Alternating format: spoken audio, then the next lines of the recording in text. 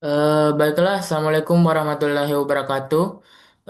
Saya atas nama Muhammad Imal Taqwa dari kelas B dengan NIM 2209 0150 2028 ingin mempresentasikan materi UAS individu saya. Judul judul dari materi PPT saya adalah ekspektasi masyarakat versus realitas peran auditor dalam mendeteksi kecurangan. Selanjutnya ini adalah materi-materi yang akan saya bacakan. Ada beberapa. Oke, daripada berlama-lama, kita langsung masuk ke materi pertama. Materi pertama yaitu apa itu expectation gap? Expectation gap atau kesenjangan ekspektasi dalam audit adalah perbedaan antara apa yang diharapkan masyarakat, yaitu publik, investor, dan kreditur, terhadap tanggung jawab auditor dan apa yang sebenarnya menjadi tanggung jawab auditor menurut standar profesi dan hukum. Mengapa isu ini penting? Kecurangan korporasi seperti skandal Enron, Wirecard, atau kasus korupsi besar di Indonesia selalu menyoroti peran auditor. Masyarakat kerap bertanya di mana auditor ketika kecurangan ini terjadi. Mengapa tidak menemukannya? Pertanyaan ini menjadi akar dari analisis ini. Ekspektasi masyarakat atau public expectation. Masyarakat dan pengguna laporan keuangan umumnya berharap auditor antara lain, pertama, penjamin mutlak atau absolute insurance. Beranggap Mereka beranggapan bahwa laporan keuangan yang diaudit bebas dari salah saja material 100% 100% akurat dan bebas kecurangan. Dua, pemburu kecurangan atau fraud hunter mengharapkan auditor untuk secara aktif dan pasti menemukan semua jenis kecurangan baik yang material maupun immaterial yang terjadi dalam perusahaan. Fungsi kepolisian, police function. Memandang auditor sebagai polisi yang bertugas menginvestigasi dan mencegah tindak kecurangan. 4. Penjamin kelangsungan usaha. Berharap auditor dapat memprediksi kegagalan perusahaan seperti kebangkrutan di masa depan. 5. Tanggung jawab yang tak terbatas. Menganggap auditor bertanggung jawab atas semua kesalahan dan laporan keuangan terlepas dari penyebab atau tingkat materialitasnya. Selanjutnya, realitas peran auditor menurut standar profesi. Berdasarkan standar audit yang berlaku seperti SAISA atau SPAP di Indonesia, peran auditor sebenarnya adalah pertama, memberi keyakinan memadai atau responsible assurance. Audit dirancang untuk memberikan keyakinan memadai, bukan mutlak, bahwa laporan keuangan bebas dari salah uji material. Audit memiliki keterbatasan inherent bawaan karena sampling atau penggunaan pertimbangan profesional dan sifat kecurangan yang sering disembunyikan. Dua, tanggung jawab terbatas atas kecurangan. Tanggung jawab utama untuk mencegah dan mendeteksi kecurangan ada pada manajemen, Dewan Komisaris Perusahaan, dan ke Dewan Komisaris Perusahaan. Peran auditor hanya sebatas memperoleh keyakinan memadai apakah laporan keuangan bebas dari salah satu material akibat kecurangan. Dua, mempertanyakan sikap skeptisisme profesional sepanjang proses audit. Dan terakhir, mengevaluasi indikasi kecurangan yang ditemukan selama audit dan melakukan prosedur tambahan jika diperlukan.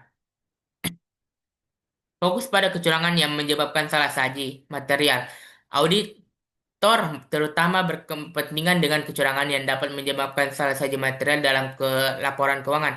Kecurangan immaterial atau nilainya kecil mungkin tidak terdeteksi dalam audit. Dan yang terakhir, bukan prediktor masa depan. Audit adalah pemeriksa historis atas laporan keuangan masa lalu, bukan ramalan atas kondisi perusahaan di masa depan. Akar penyebab kesenjangan ekspektasi. Ada beberapa penyebabnya antara lain. Satu, kurangnya pemahaman publik. Masyarakat awam tidak familiar dengan terminologi teknis seperti keyakinan memadai dan materialitas. Dua, komunikasi yang keliru dan profesi akuntan. Judul laporan auditor wajar tanpa pengecualian unqualified opinion sering disartikan sebagai jaminan sempurna.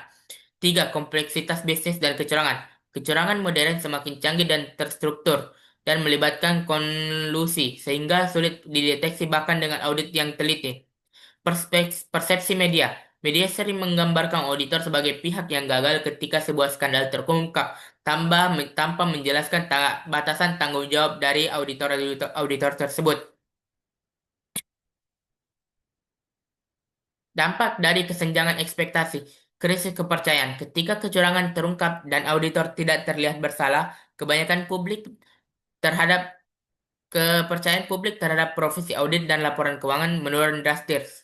Dua, tuntutan hukum, litigasi.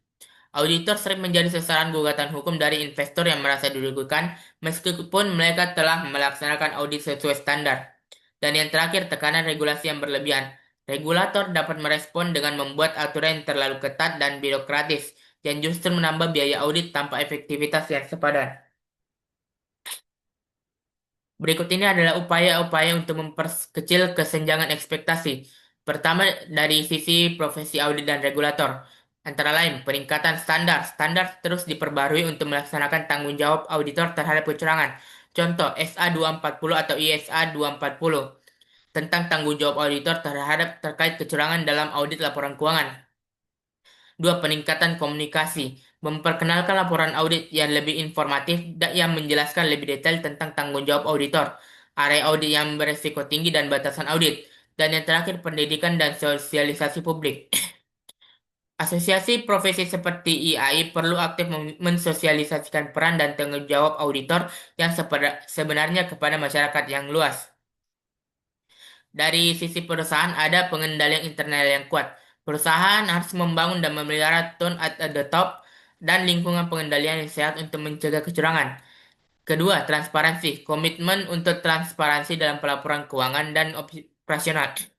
Dan yang terakhir dari sisi masyarakat atau pengguna laporan yaitu edukasi diri. Investor dan pengguna laporan keuangan perlu berusaha memahami sifat dan tujuan audit yang sesungguhnya. Kesimpulannya, kesimpulan dan rekomendasi. Kesenjangan ekspektasi antara peran auditor yang diharapkan masyarakat sebagai penjamin mutlak dan realitas tanggung jawabnya yang terbatas pada pemberian keyakinan memadai merupakan tantangan berkelanjutan yang memerlukan solusi kolektif untuk mengatasinya. Profesi audit harus meningkatkan transparansi mengenai nilai dan batasan jasa audit, sementara regulator perlu mendorong penguatan tata kelola perusahaan dan dunia pendidikan harus mengintegrasikan pemahaman ini ke dalam kurikulum sejak dini sehingga beban pencegahan kecurangan tidak hanya dibebankan pada auditor dan ekspektasi semua pemangku kepentingan yang dapat menjadi lebih akurat. Eh, Baiklah itulah tadi hasil presentasi saya. Mohon maaf kalau ada salah kata dan perbuatan. Wabillahi taufiq wal hidayah. Wassalamualaikum warahmatullahi wabarakatuh.